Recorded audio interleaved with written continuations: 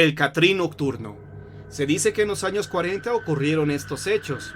La leyenda se conoce gracias al último velador del Panteón de Belén de Guadalajara, el señor Gabriel, que a su vez la escuchó de sus propios labios de su protagonista, el antiguo vigía del cementerio. Una noche, mientras el velador esperaba que diera la hora de salida para marcharse a descansar, vio pasar a una persona muy elegante, vestida de negro, que salió de la cripta familiar de los Arévalo. El vigía se levantó de inmediato de su lugar y fue tras esa persona para pedirle que se retirara, pues ya no eran horas de estar en el cementerio. Sorpresivamente, no lo encontró por ninguna parte. Días después, este Catrín volvió a aparecerse cerca de la cripta familiar de los Arévalo. El vigilante tenía dudas de quién podría tratarse, si de un fantasma o bien de algún familiar de los Arévalo, que tenían fama de ser agresivos y peligrosos. Así que prefirió mantenerse a la distancia.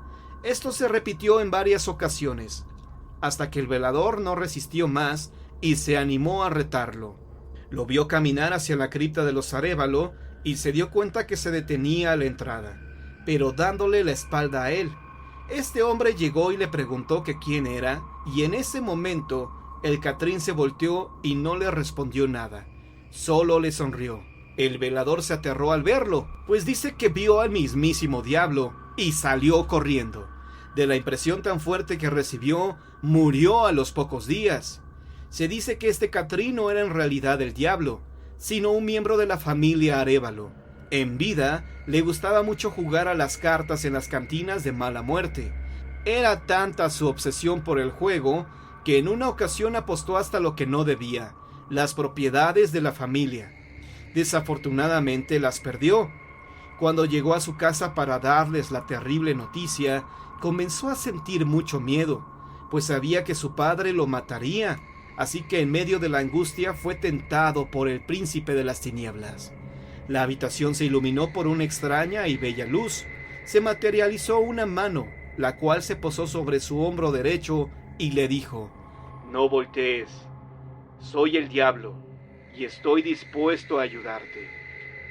El señor de las tinieblas le dijo que él podría regresarle sus propiedades, pero que a cambio tenía que darle su alma cuando él quisiera. El joven Catrín aceptó encantado, recuperó las posesiones y se volvió más temerario, pues sabía que tenía un pacto con Satanás, y supuso entonces que nada malo podría sucederle. El Catrín regresó a jugar, y de nueva cuenta se vio involucrado en problemas con los demás apostadores. Uno de estos sacó su arma, le apuntó al corazón, y el Catrín, de forma retadora, le invitó a que disparara creyendo que nada le pasaría. Pero estaba equivocado. La bala dio justo en el corazón, arrebatándole la vida. Fue entonces cuando el diablo se apareció y reclamó lo que era suyo. El monje del Panteón de Belén. En 1996 se grabó un video dentro del Panteón de Belén que le dio la vuelta al mundo, y no era para menos, pues en él se observa a un enigmático ser con apariencia de monje cruzando por debajo de las escaleras del mausoleo central, que fue la primera rotonda de los jaliscienses ilustres. No es que esta persona estuviera en el cementerio buscando fantasmas, sino que grababa la sesión de fotos que le hacían a su hija con su marido. Los jaliscienses tienen la creencia que es de buena suerte tomarse fotografías dentro de este camposanto. En el video se observa a la pareja de recién casados sobre las escalinatas, posando para el fotógrafo. En ese momento, por debajo de ellos, cruza de izquierda a derecha una persona vestida con una especie de hábito con capuchón. En su mano derecha lleva un crucifijo en forma de boomerang. El padre de la novia no se percató del monje, lo vio hasta que revisó el material en su casa. Cosa curiosa, solo su cámara lo captó, a pesar de que otra persona también grababa este momento. En el mes de noviembre del año 2002, un joven llamado Christian vio adentro del cementerio a una persona vestida con túnica larga, con aspecto de sacerdote, e incluso logró ver que tenía poco cabello. Sin pensarlo dos veces, él fue detrás de este monje, pero simplemente desapareció. Hasta este momento, este ha sido el último reporte, pero tal vez con un poco de suerte podamos verlo deambular entre las tumbas del cementerio, recordándonos que él y sus compañeros fueron los primeros administradores de este lugar. Nachito, el niño que le tenía miedo a la oscuridad. Ignacio Torres Altamirano nació el 24 de mayo de 1881. Se dice que al nacer, el médico que atendió el parto quedó aterrado al ver que el niño lloraba cuando se quedaba en la oscuridad. El padre de Nachito ordenó colocarle lámparas de aceite alrededor de su cuna, las cuales debían estar encendidas toda la noche.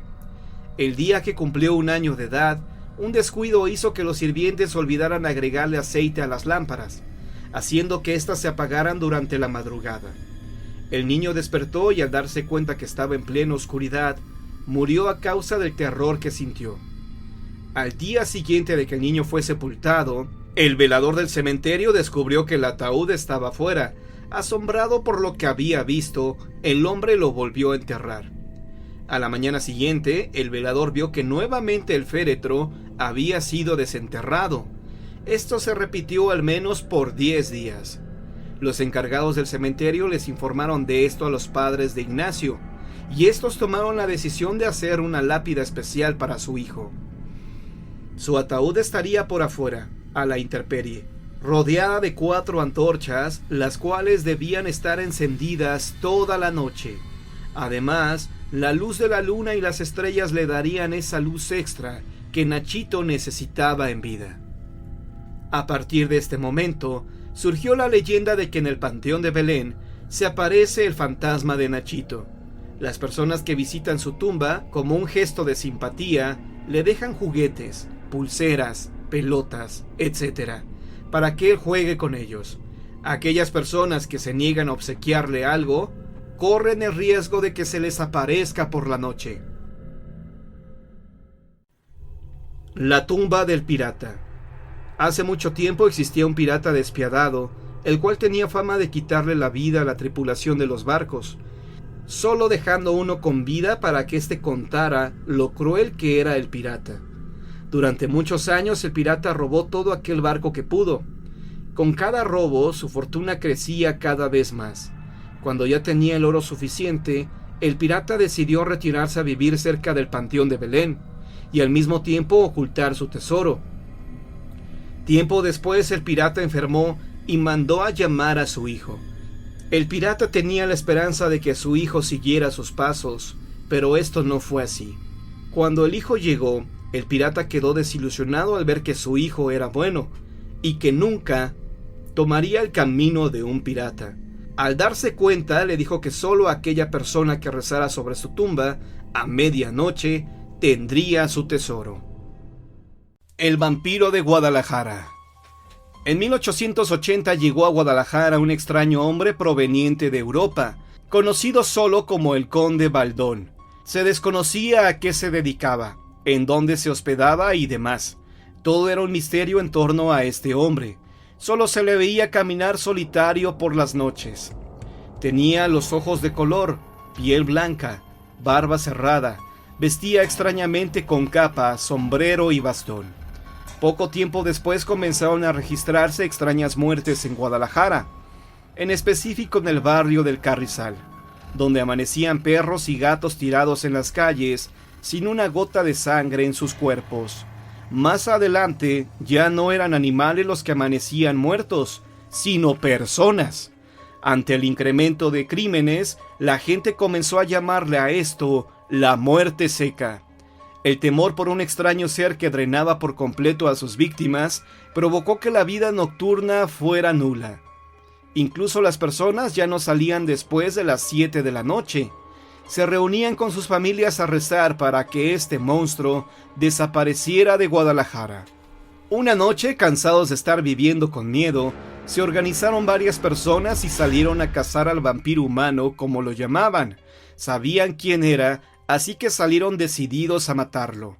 En ese momento, el conde Blandón caminaba cerca del Panteón de Belén. Lo capturaron y lo llevaron al cementerio. Con una rama que estaba a la mano, improvisaron una estaca y se la clavaron en el corazón. La rama atravesó por completo el cuerpo del vampiro y se enterró en tierra. Después cavaron un hoyo y ahí metieron al vampiro, cubriéndolo con una losa de cemento. Con el paso del tiempo, esta rama echó raíces y creció un majestuoso árbol. Sus ramas terminaron por cubrir la tumba. Se dice que si a ese árbol arrancas una rama, brota sangre del vampiro. Desafortunadamente, solo los trabajadores del cementerio de Belén pueden comprobar esto, pues la gente que visita este lugar no puede acercarse al árbol. También se dice que en caso de que el árbol fuera talado, se liberaría este ser y atacaría de nuevo. Los relatos del día de hoy han terminado, pero si quieres escuchar más historias, quédate en la permanencia voluntaria de John Misterio.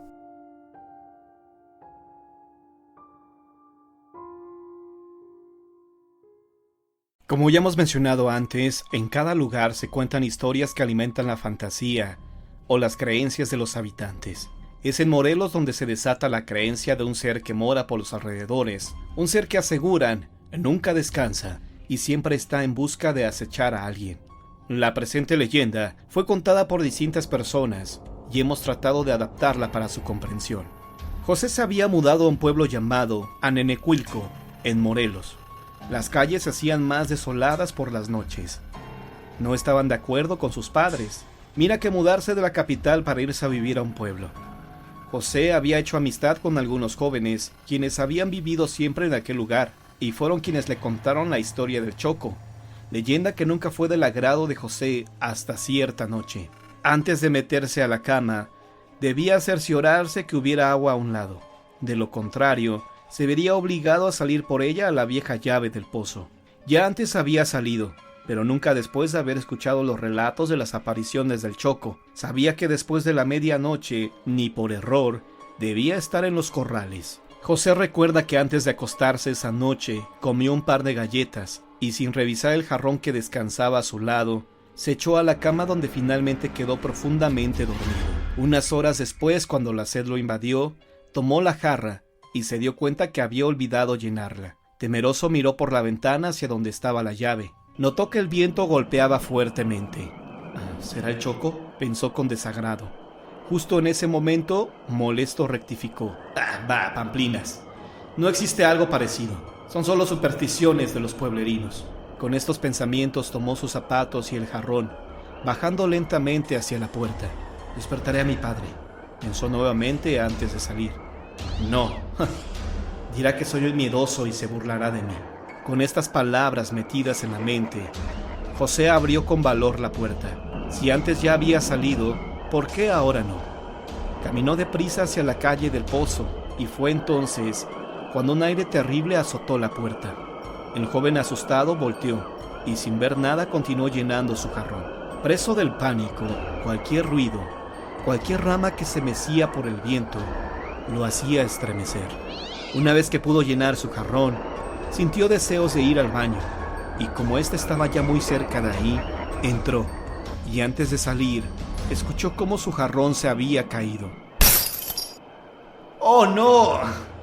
¡Lo tendré que volver a llenar!, pensó furioso. Salió deprisa de la letrina, y fue entonces cuando miró a un niño como de 6 años a un lado de su jarrón. ¡Condenado mocoso!, pensó y se dirigió hacia él. ¿No has visto que tiraste mi jarrón? La oscuridad de la noche no le permitía mirar bien al intruso, quien se reía abiertamente. ¿De qué te ríes? Lo que acabas de hacer no es cosa de gracia. El niño corrió hacia los corrales, y fue entonces cuando José se dio cuenta que vestía pantalones cortos, camisa de manta y huaraches. No se le hizo extraño porque los habitantes de ese pueblo suelen vestirse de esta manera. La furia no le permitió recordar que ese era precisamente el atuendo del Choco, que sus amigos le habían contado, ya que, como decían los relatos, traía consigo un morral del lado izquierdo. José persiguió al travieso niño hasta los corrales, quien continuaba riéndose. Y entonces echó un salto como si fuera un animal, lo que le permitió llegar hasta arriba de los corrales. José miró con horror al pequeño, quien continuaba riéndose. pero esta vez con voz más madura. José ya no quiso mirarlo y corrió hacia la casa, olvidando su jarrón de agua. Dicen las personas que lo conocieron que nunca más quiso salir de su casa, hasta el día en que sus padres tuvieron que mudarse para no volver jamás a ese pueblo. Las leyendas del Choco son tan comunes para los moradores de Morelos que nunca se confían en un pequeño niño. Tal es el caso de Francisco, un viejo pastor que todavía en estos días lleva su rebaño al monte. Quienes lo conocen saben que no deben acercarse a él, sino los confundirá con el mismo Choco, a quien se han encontrado en varias ocasiones. Fue su esposa la que narró la primera vez en que sus ojos cansados vieron al demonio. Don Francisco estaba como de costumbre, cuidando su rebaño, pero cierto día, al caer la noche más temprano, recuerda que llegó a casa furioso porque una de sus ovejas se la había extraviado, así que regresó al monte en busca de ella. El largo camino le hizo olvidar el tiempo, y muy cerca de la medianoche, escuchó que lloraba desesperada la oveja, por lo que no dudó en ir a salvarla. Recuerda que el sonido aumentaba cada vez que se acercaba a las barrancas. Después de un largo rato, vio que un niño vestido de indito llevaba a su oveja. Pero, ¿cómo puede cargarla? No importa, esa oveja es mía. Y comenzó a perseguir al niño, quien corría con gran facilidad. Seguro estaba el señor de que esa oveja era de él. Si no, ¿por qué corría el pequeño? La señora narra que su esposo no veía bien por la noche, pero recordó que estaba cerca de las barrancas, y se detuvo. Fue entonces cuando su sorpresa aumentó al mirarse al pie de la barranca más honda. Pero, ¿cómo pudo pasar ese niño?, se preguntaba al mirarlo del otro lado sonriendo. El señor, que era más terco que una mula, gritó molesto al niño. ¡Hey! ¡Hey! ¡Devuélveme a mi oveja! Y justo en ese momento se dio cuenta que el niño no llevaba tal animal. Por el contrario, solo llevaba colgando del lado izquierdo un morral. El señor recordó que ese era el atuendo del Choco, el mismo demonio y niño. Muchos cuentan que al mirarlo, sale de su morral los aterradores gritos de las almas de las personas que este ser se ha llevado.